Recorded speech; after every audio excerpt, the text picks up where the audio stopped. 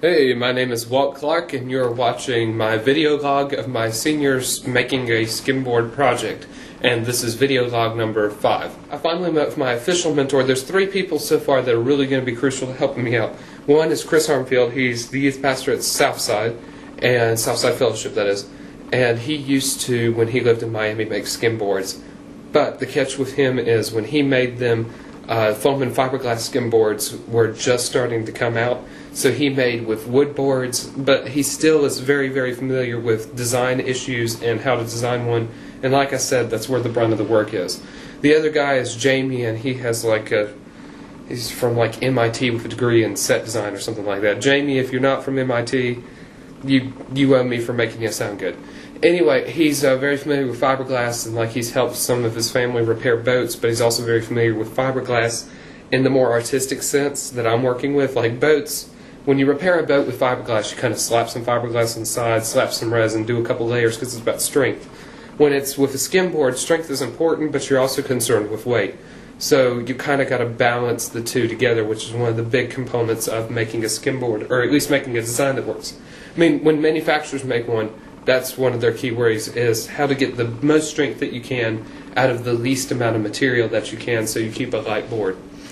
The third person I've worked with is one of the people I'm most excited about, not to sound weird or anything, but I think he's the owner of Blazer Motocross on Lawrence Road.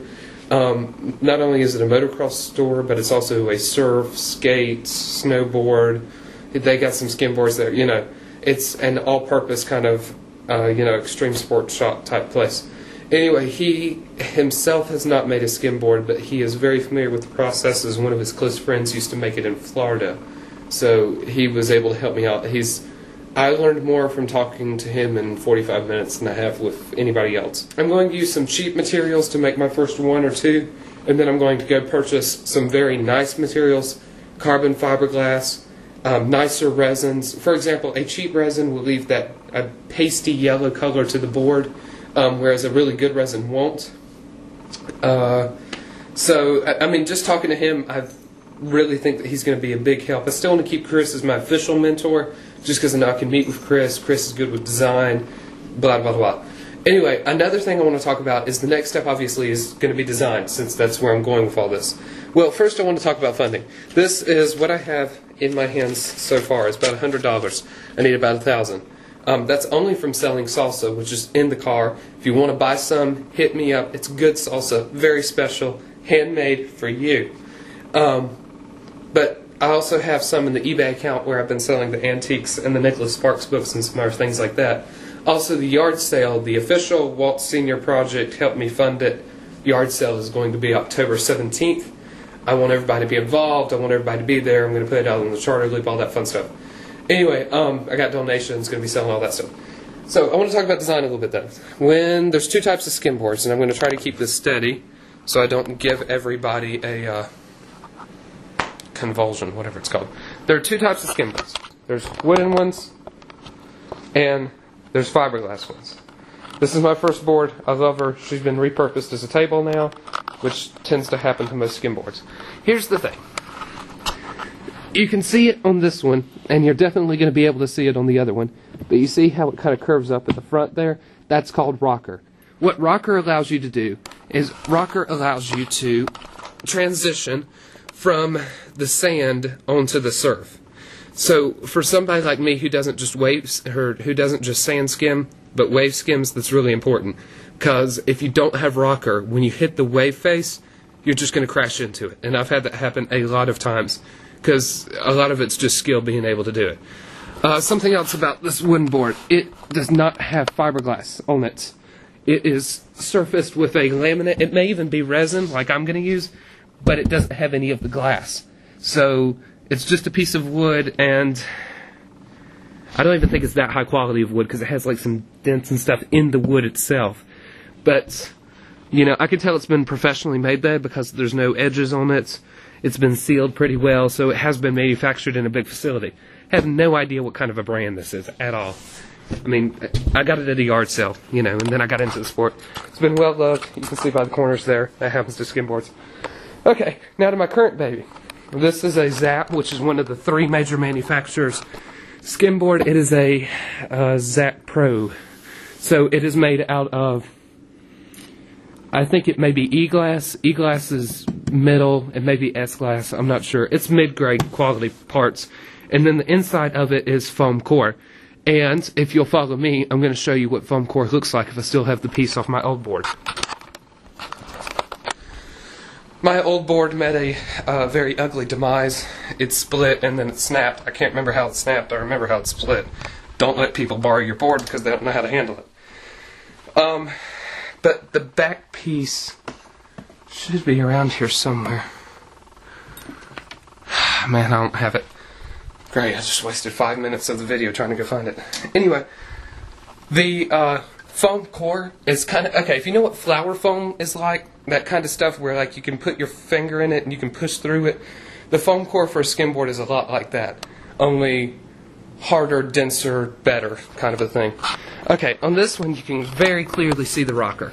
So that's one of the big things with my project is how to figure out how to give it this curve to it. Another thing is going to be designing the rails. You can kind of tell that these kind of have a boxed off shape, like they taper and then they cut short pretty quick. You can kind of see it from that side view there.